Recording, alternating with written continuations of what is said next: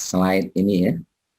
Slide tentang sekolah. Waktu di sebuah kawasan ya, hutan Sumatera ya, berdiri sebuah sekolah para binatang dengan status disamakan ya, dengan manusia.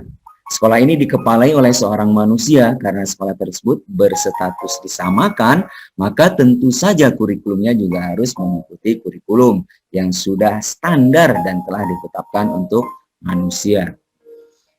Kurikulum mewajibkan bahwa untuk lulus dan dapat ijazah, setiap siswa harus berhasil pada 5 mata pelajaran pokok dengan KKM 80 pada setiap mata pelajarannya.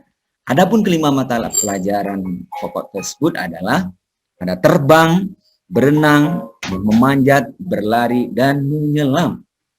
Nah, mengingat bahwa sekolah ini berstatus disamakan dengan manusia, maka para binatang berharap kelak mereka dapat hidup lebih baik dari binatang lainnya. Sehingga berbondong-bondonglah berbagai jenis binatang mendaftarkan diri untuk bersekolah di sana. Mulai dari elang, tupai, bebek, rusa, dan katak. Ya. Proses belajar mengajar pun akhirnya dimulai. Terlihat bahwa beberapa jenis binatang sangat unggul dalam mata pelajaran tertentu. Elang sangat unggul dalam pelajaran terbang. Dia memiliki kemampuan yang berada di atas binatang-binatang lainnya dalam hal melayang di udara, menuki, meliuk-liuk, menyambar, hingga bertengger di dahan sebuah pohon yang tertinggi. Tupai sangat unggul dalam pelajaran memanjat. Dia sangat pandai, lincah, dan cekatan sekali dalam memanjat pohon. Berpindah dari satu dahan ke dahan lainnya hingga mencapai puncak tertinggi pohon yang ada di hutan itu. Sementara bebek terlihat sangat unggul dan piawai dalam pelajaran berenang.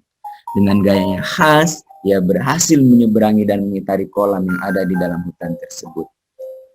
Rusa adalah murid yang luar biasa dan pelajaran berlari. Kecepatan larinya tak tertandingi oleh binatang lain yang bersekolah di sana. Larinya tidak hanya cepat, melainkan sangat indah untuk dilihat. Lain lagi dengan katak, dia sangat unggul dalam pelajaran menyelam dengan gaya berenangnya yang khas. Katak dengan cepat masuk ke dalam air dan kembali muncul di sebuah kolam. Begitulah pada mulanya mereka adalah murid-murid yang sangat unggul dan luar biasa di mata pelajaran tertentu.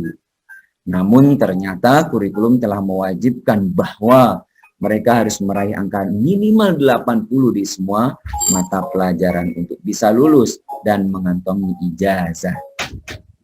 Inilah awal dari semua kekacauan itu. Para binatang satu demi satu mulai mempelajari mata pelajaran lain yang tidak dikuasai dan bahkan tidak disukainya. Burung elang mulai belajar cara memanjat, berlari. Namun sayang sekali, untuk pelajaran berenang dan menyelam meskipun telah berkali-kali dicobanya, tetap saja ia gagal. Dan bahkan suatu hari burung elang pernah pingsan, kehabisan nafas saat pelajaran menyelam. Tupai pun demikian. Ia berkali-kali jatuh dari dahan yang tinggi saat ia mencoba terbang. Alhasil, bukannya bisa terbang, tapi tubuhnya malah penuh dengan luka dan memar di sana sini. Lain lagi dengan bebek, ia masih bisa mengikuti pelajaran berlari meskipun sering ditertawakan karena lucunya. Dan sedikit bisa terbang, tapi ia kelihatan hampir putus asa pada saat mengikuti pelajaran memanjat. Berkali-kali dicobanya dan berkali-kali juga dia terjatuh. Luka memar di sana sini dan bulu-bulunya mulai rontok satu demi satu. Demikian juga dengan binatang lainnya, meskipun semua telah berusaha dengan susah payah untuk mempelajari mata pelajaran yang tidak dikuasainya dari pagi hingga malam, namun tidak juga menampakkan hasil yang lebih baik. Yang lebih menyedihkan adalah karena mereka terfokus untuk dapat berhasil di mata pelajaran yang tidak dikuasainya. Perlahan-lahan, elang mulai kehilangan kemampuan terbangnya. Tupai sudah mulai lupa cara memanjat. Bebek sudah tidak dapat lagi berenang dengan baik. Sebelah kakinya patah dan sirip kakinya robek-robek karena terlalu banyak berlatih memanjat. Katak juga tidak kuat lagi menyelam karena sering jatuh pada saat mencoba terbang dari satu dahan ke dahan lainnya. Dan yang paling malang adalah rusa.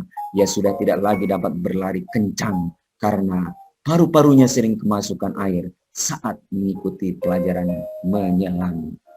Akhirnya tak satu pun murid berhasil lulus dari sekolah itu, dan yang sangat menyedihkan adalah mereka pun mulai kehilangan kemampuan aslinya.